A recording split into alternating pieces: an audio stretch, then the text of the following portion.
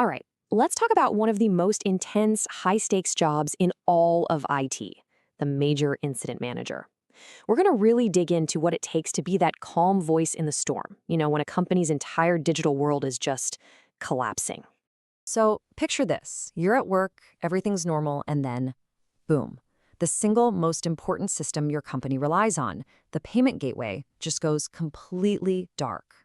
Nothing. And just like that, the lifeblood of the business, it's cut off. No money is coming in.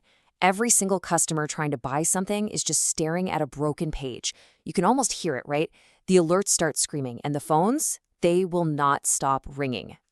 Look, this isn't just some minor inconvenience. We're talking about a full-blown financial catastrophe, and it's happening right now, in real time. The pressure is just, it's unbelievable, and it's getting worse with every single tick of the clock. So you've got 10 different teams all scrambling. You've got executives breathing down your neck, demanding answers. And that clock is just ticking away. In all that chaos, who steps up? Who actually takes control?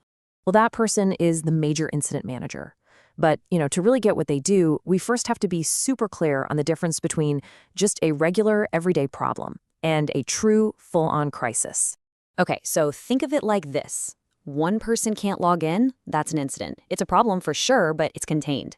A major incident, though, that's a whole different animal. We're talking about the entire cloud infrastructure collapsing or the network going down across 3 different countries.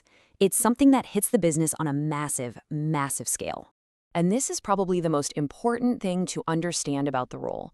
The major incident manager, or MIM for short, they don't actually fix the technical issue. They're not the one in the code. They're not reconfiguring a server. Their job is something else entirely. It's all about coordination and control. Honestly, the best way to think about a MIM is like an air traffic controller during an emergency.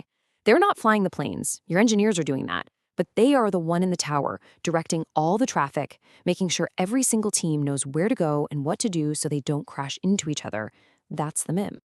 And they're juggling all of these different expert teams, right? You've got your network team, your database folks, the application developers, cloud, security, you name it.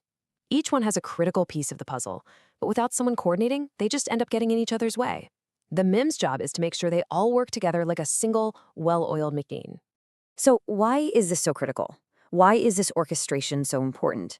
Well, it's because when things go really wrong, the failing technology is actually only half the problem.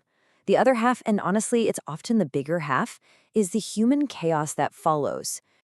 See, when a major system goes down, the biggest threat isn't the broken code. It's the confusion. It's the panic, the finger-pointing, the complete breakdown of any sort of process. That's what turns a simple 1-hour outage into a 10-hour nightmare. Because without a single person in charge, you just get this endless loop of paralyzing questions. Who owns this? Is it a network problem? Wait, is it the application? Who's supposed to be telling the leadership what's going on?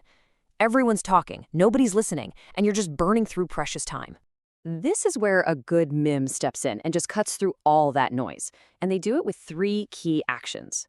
First, they take firm control of the bridge. That's the big conference call everyone is on. Second, they drive the investigation forward, asking structured, logical questions. And third, they keep a constant, crystal-clear line of communication open to all the stakeholders. Okay, so we've covered the what and the why of the job. Now let's get into the how. What are the actual skills you need to have to pull this off?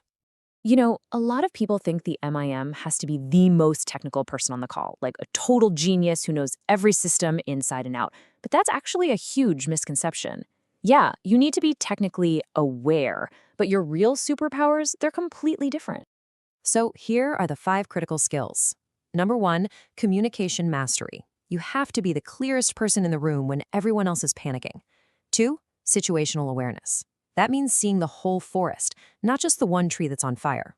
3 is decision facilitation. You're not making the technical calls, but you're helping the experts make them and make them fast. 4, incident prioritization. You got to know just how big this fire really is. And finally, the one that holds it all together, leadership under pressure. All right, so knowing the skills is great, but honestly, knowing what not to do is just as important. So let's talk about the common mistakes, the traps that new major incident managers fall into all the time. Okay, mistake number 1, and this is the biggest one by far, getting sucked down into the technical weeds. It's so tempting, right? You see a problem, you might even know how to fix it, and your inner engineer just wants to take over. But you have to fight that urge. Your job is to stay at that 30,000-foot view. The second you start troubleshooting one specific server, you've lost sight of the big picture. Let your experts be experts. Your job is to coordinate. All right, the second big mistake is poor communication, basically going silent. When you're in the thick of it, it's so easy to just forget that there's an entire company of very nervous executives and stakeholders just waiting, desperate for an update. You have to drill this into your head. Stakeholders hate silence. Silence creates a vacuum, and trust me, they will fill that vacuum with the worst possible scenarios they can imagine. Even if all you can say is, we're still investigating, no new updates yet, that is a million times better than just nothing. And a couple of other quick traps to avoid. Talking too much. Remember, you're a facilitator, not a dictator. And of course, losing control of the conversation. If that happens, everything just grinds to a halt. So there you have it. We've talked about the what, the why, and the how of being a major incident manager. You've got the blueprint. But the real question, the one you have to ask yourself, is this. When the alarms are blaring, when millions of dollars are on the line, and 20 panicked people are all looking at you, could you be the one to run that call? Could you be the calm in the center of that storm?